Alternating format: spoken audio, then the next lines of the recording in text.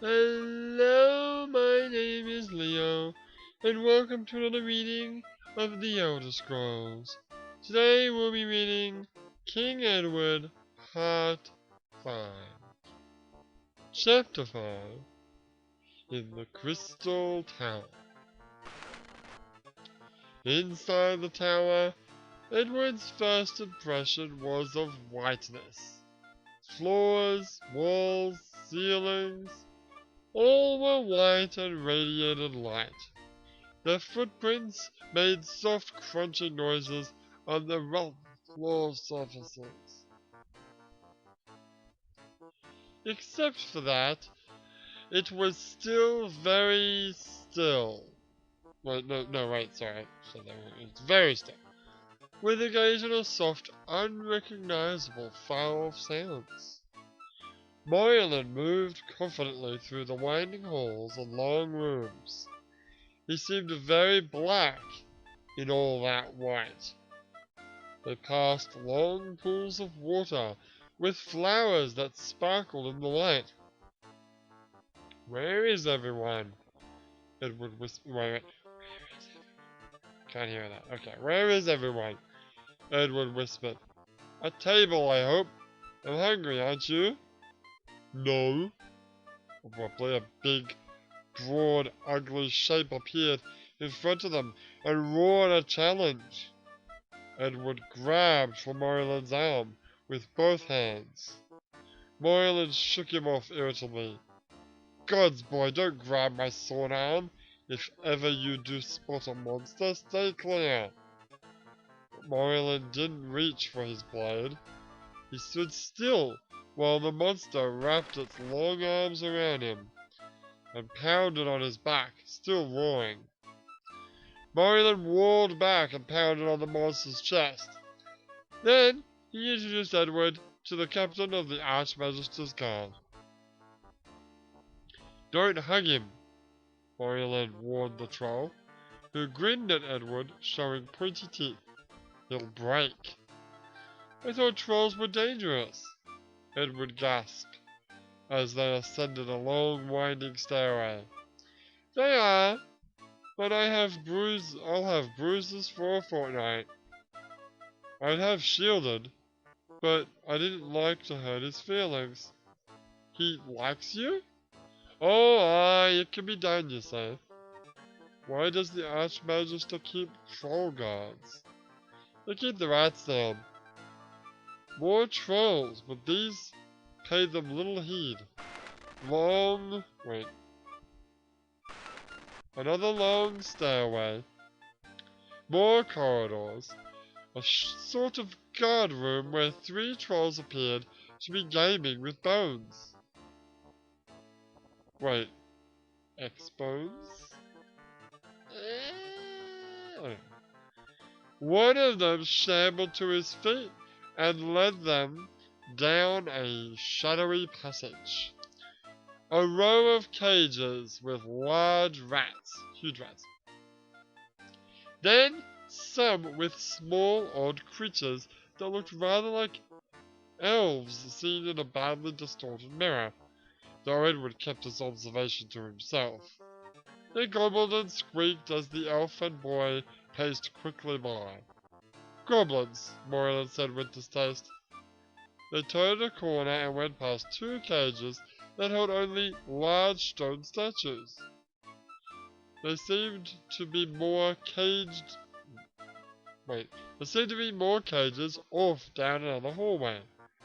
So there were statues inside cages? Gargoyles, perhaps? The trolls unlocked a huge black metal door. It clanged shut behind them. A very large green and yellow hooved creature sat man-like in one corner. Its unwinking eyes didn't flicker as they passed quickly and climbed still another stair. More wide halls. Oh, this is going up the tower. Yes. These were patrolled by huge black dogs that sniffed at them as they passed. So this must be the same tower as Battle Spy. I guess. Edward stretched a hand to pet one of them, and it snarled at him. I wouldn't, Marilyn said. Yes, sir. They came to another massive black metal door. A voice sounded. What is black and white, has one body, two heads, four arms, four legs, two red eyes, and two brown. Okay, don't look at the bottom. It's them. Black and white. It's got one body. Two legs, four arms, four legs, two. Father and son.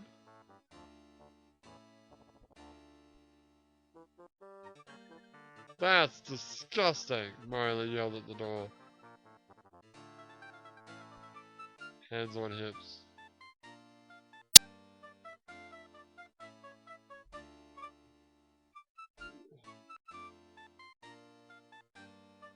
What? Are they talking? Is he talking about Merlin and him? As in Edward? Or maybe it's Merlin and the wife? I don't know. The one body must be they're having sex. I don't. You are correct, mortal. You may pass. The door swung slowly open, creaking. There was no one behind it, just a narrow stairway that wound sharply. It seemed dark above. Merlin raced up the stairs, leaving Edward clinging to the bottom rail, shaking. There was not a thing to do but follow. Welcome, Edward, the Archmagister stood white and gold in the center of a large, dim room.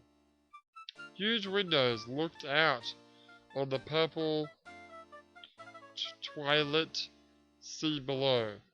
Come here, child. Give me your hands. Edward put his hands in the Archmagister's, who smiled down at him. Edward's fatigue and fear vanished instantly. He smiled back at the Archmagister, who said softly, It is well. You may go. Okay. Oh, to the furious dark elf, who stood glowing in one side. Edward was barely aware of him, his whole attention occupied by the Archmagister. Goodbye, Edward. Bye. Edward didn't take his eyes off the Archmagister.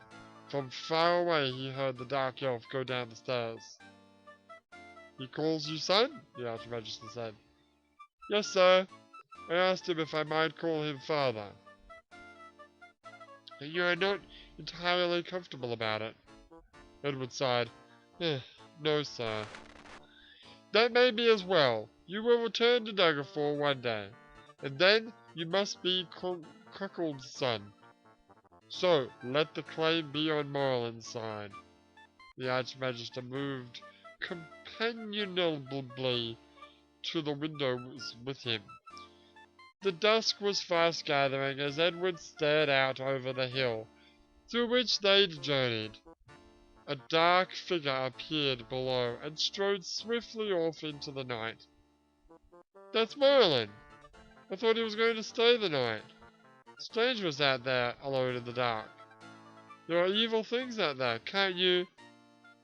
Dangerous for any evil that meets Merlin in his present mood. He will go safely, I promise you.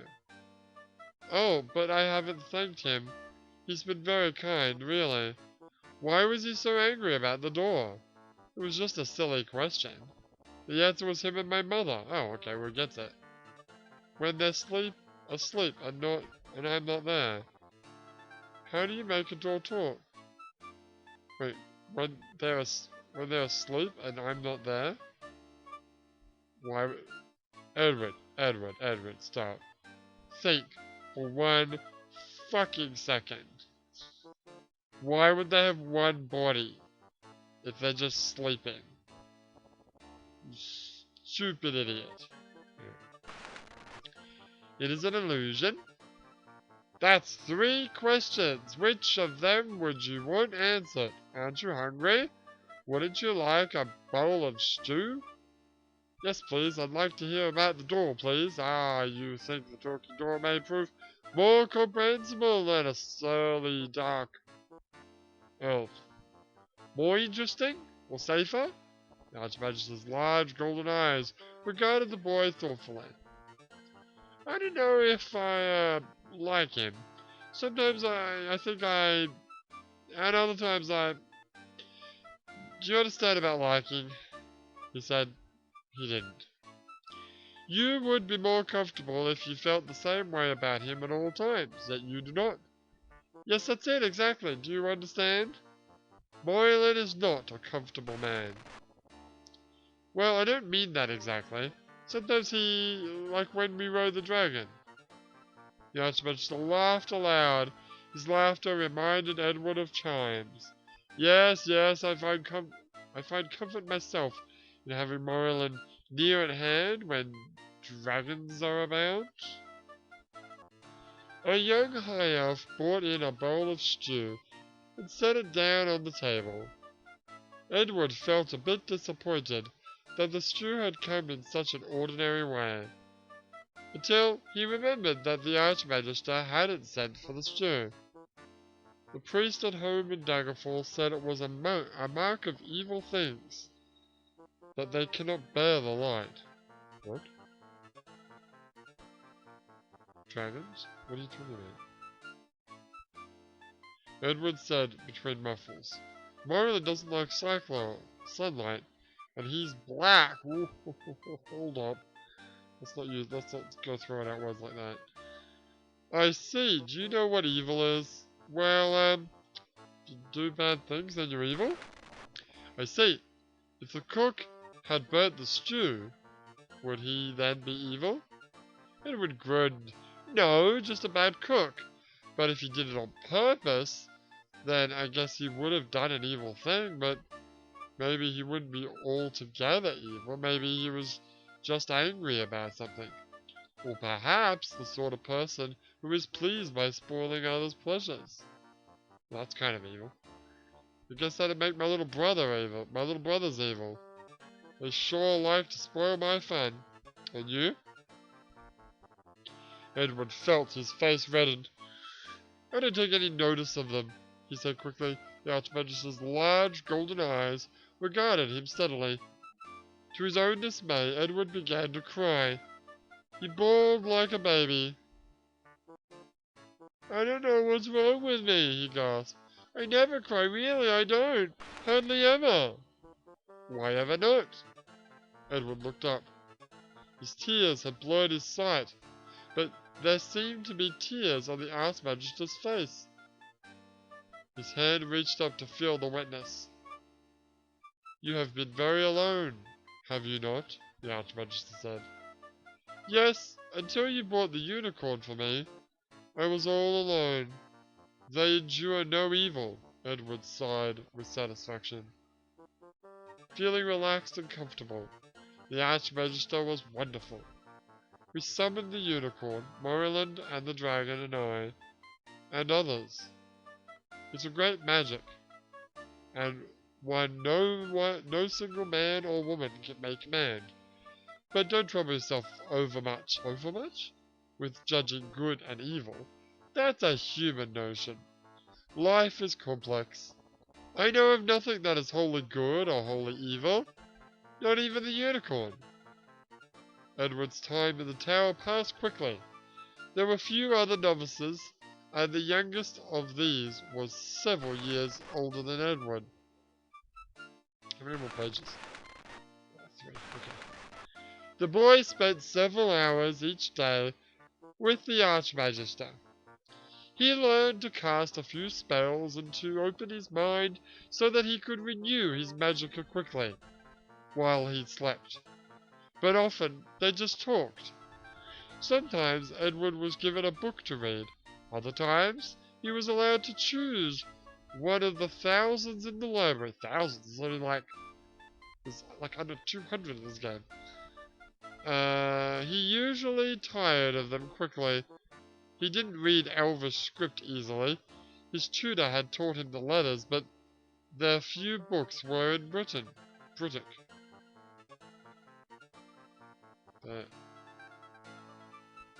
What? Not sure what that means. Anyway. Spellcasting was more fun.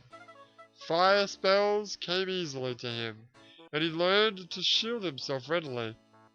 But to his chagrin, he couldn't heal at all. For some reason, heals in capital letters. Yeah, so it's fire. Well, fire was the beginning of the sentence.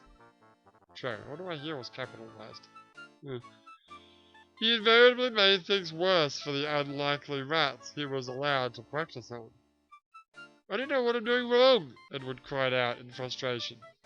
He sent a dart of fire at the withering rat, and it turned into a charred corpse. Edward, it will be well if you let the heal spells wait a while yet. Why ever not? Edward looked up. His tears had blurred his sight again? Fuck. Wait. Oh, fuck, I went the wrong direction. Whoops. Hang on. Shit. There we go. Edward, it will be well if you let the heal spells wait a while. There you go. Jesus. I went up instead of down. Moreland said light heal is the first spell anybody learns. Edward said sulkily. Did he? Well, he is a practitioner of magic, not a theorist. Even I would hesitate to say what a Breton might or might not learn. And when he might learn it. You are the first of your people with whom I have worked. Certainly, Moreland has had no experience with your race, except for your mother, of course. My mother can't do magic? No, but we think the ability lies within her. She has not been able to learn to master it, possibly because she was too old when she first tried. If you want my opinion, it is your thoughts and not your hands which are causing your difficulty. Weeping might help. Well, there you go. Crying was the answer. I don't feel like crying, Edward said rather sullenly. He felt more like kicking something, although incinerating the rat had helped relieve some of that. Meditation might help then. Alright. So that was King Edward Part 5. We are reading this book today because after ending the episode yesterday in the crypt, which apparently is one of the most complex and difficult crypts in the game, I cheated a little bit and found out that we will in fact go into that crypt in like we're doing now, but the quest after that. Unfortunately though, I did have to somehow find my way out of that, and it was pretty difficult. But I managed to get myself out. Finally reached, and we will reach it tomorrow. By the time we finally reached Alsonium, it was already the 16th. So we'll be doing that tomorrow. So today I decided to do just a quick little book reading. There was absolutely nothing interesting in that dungeon. It was all samey bullshit. There is interesting shit in that dungeon, but I didn't get that far in the dungeon. I sort of tapped out and figure out a way to get out of here. And luckily I was able to do that. I think one thing that did happen while we were in the dungeon is one of my cloaks of Noriego did break. So I should be kind of more careful about things that are battered, like the boots that I'm wearing. Because if it breaks, it just fucking disappears and it's gone forever. Which is kind of annoying. Yeah, and like it would be nice if the item stayed and the magical enchantment like disappeared. Because that's why I want those boots, not for the freaking whatever boost it gives you. I think it's wisdom that you've already maxed out on. Or whatever. Alright, so yeah. And I'll see you guys tomorrow. But for now, my name is Leo, and I'll see you next time.